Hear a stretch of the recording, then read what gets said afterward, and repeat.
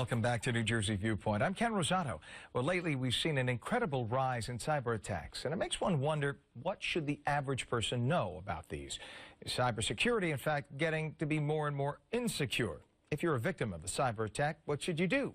Please join me in welcoming Paul Oster, who's a cybersecurity and credit repair expert who is CEO of the firm Better Qualified in Eatontown, New Jersey. Welcome. Good to have you here, Paul. Oh, great to be here, Ken. Well, is it just our perception, or is cyber attacking on the rise? Oh, it's on the rise. I mean, 2014 was the year of the data breach, for sure, and it's going to continue to get worse because we're just that much more connected. You know, now everything's online. Recently, I've been talking about smart appliances, and most people say, what's the big deal if my refrigerator gets hacked? Well, in 2013, 100,000 of those smart appliances were hacked. Wow. Emails were stolen, passwords were stolen, and the point there is most people use the same password for their refrigerator or smart appliance as they do for their banking account. Oh, wow. So once they're in, and anything that's connected online is just a pathway to our identity. You mean it's bad that I use the password? Yeah.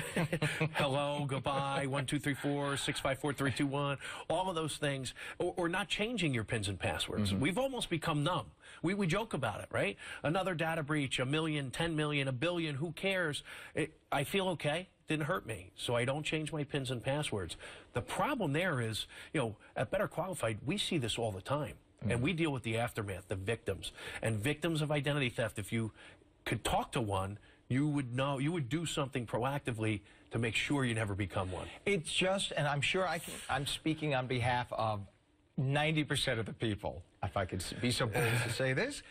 It's a pain in the neck because we have so many passwords. You know I'm right, for everything, to get into your work computer, get into your home computer, to check every program, every credit card, every bank. You got 10,000 passwords. You forget about it. You want us to email you a new password? Yes, email you. Then you forget it. Next day, I'm ranting because I'm right. So it becomes so annoying. Yeah. And you got to do it because of these morons who sit in the pajamas in their grandmother's basement and they sit there trying to hack into your credit card. It is annoying, and it's a pain in the neck. But again, identity theft is a pain in the neck, your stomach, your chest, your legs. If you're a victim of identity theft, it's devastating. So I know it's inconvenient. People say to me all the time, if I have to change my account number, Paul, I have stuff that's on auto pay, and I have to call the creditor. Okay. Is it going to take you 10 minutes? The average person is dealing with the effects of identity theft years after they're a victim. How often do you recommend that we change our pins and our passwords? This is where I become the most unpopular guy in the room. It's at least every 30 days. So you're telling me I should walk off the set right now? We might want to take a commercial break. Oh, my gosh. That's crazy. But all right, but here's my question. If it's so darn easy for these hackers to hack in, then what really are you telling? Then if they could hack into my current password, then what is changing it going to do? If they can hack into this, why can't they hack into the next one? That's great. The perception is that it is easy. So the data breaches happen. That doesn't mean they have access into your accounts. They can get to your accounts, and if you think about the days of when guys used to walk through the parking lots just checking car doors, what car do they get into? The one that's unlocked. Right. So if you haven't changed your pins and passwords, if your password is still password or hello, you're the account that they're going to take over. So they have the sophisticated softwares that run these algorithms to try and figure out, even if you have a difficult password. But at the end of the day, the easier you make it for them, the more likely you're going to become a victim. And again, this is where I become the most unpopular guy in the room. It's our fault that identity theft is one of the fastest growing crimes in the country. And it's going to continue to be that way until we, as consumers, do something about it. We lock our front doors, we lock our cars, we lock our phones. We do very little to lock our identities. And there's no such thing as identity theft protection because our information, our data, is in 10 million billion places out there over the internet. But the idea is to secure what you can. All right, let's say sadly, to say the inevitable happens. Because I think we've all had a credit card number stolen or whatever, or bank account violated or whatever. So it happens. What do we do? So you have to make sure that you are aware of it. Early detection is the key. Like I just said, there's no such thing as protection. So unfortunately, we live in a day and age where you need to be involved in a credit monitoring program. And The FTC gives us all one free look on annualcreditreport.com to check our credit reports. I almost like to say thanks for nothing.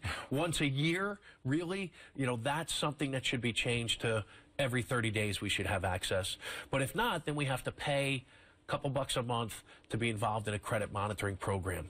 If you see red flags or you know that you've become a victim of identity theft, put a security freeze on your credit reports. No one can access those reports if you put a security freeze without lifting a PIN or a password first. So that will protect you against people opening up new lines of credit.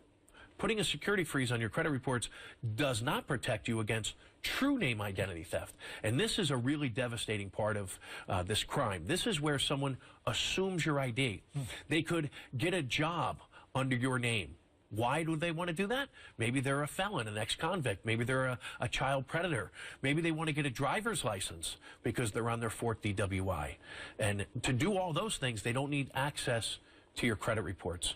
So you really have to monitor all of your accounts, check everything on a regular basis, or you have to deal with the consequences. Lovely. You know, there are so many of these new security cams that work on a Wi-Fi in the house today. Yep. And one of my neighbors told me that they found themselves on one of it was in Russia, one of these Russian sites where their Wi-Fi, whatever it is. Yep, absolutely. So that's also something. Be Baby careful. monitors. Make sure that you have that locked and change the ID on that. We're out of time, but I just want to put that out there. So if you have your... Scary. Okay. We're out of time. I want to thank you so much, Paul Oster, for being here. Good luck with that. Good luck, everybody. I'm Ken Rosato. We thank you for joining us. With all of that, enjoy the rest of your weekend.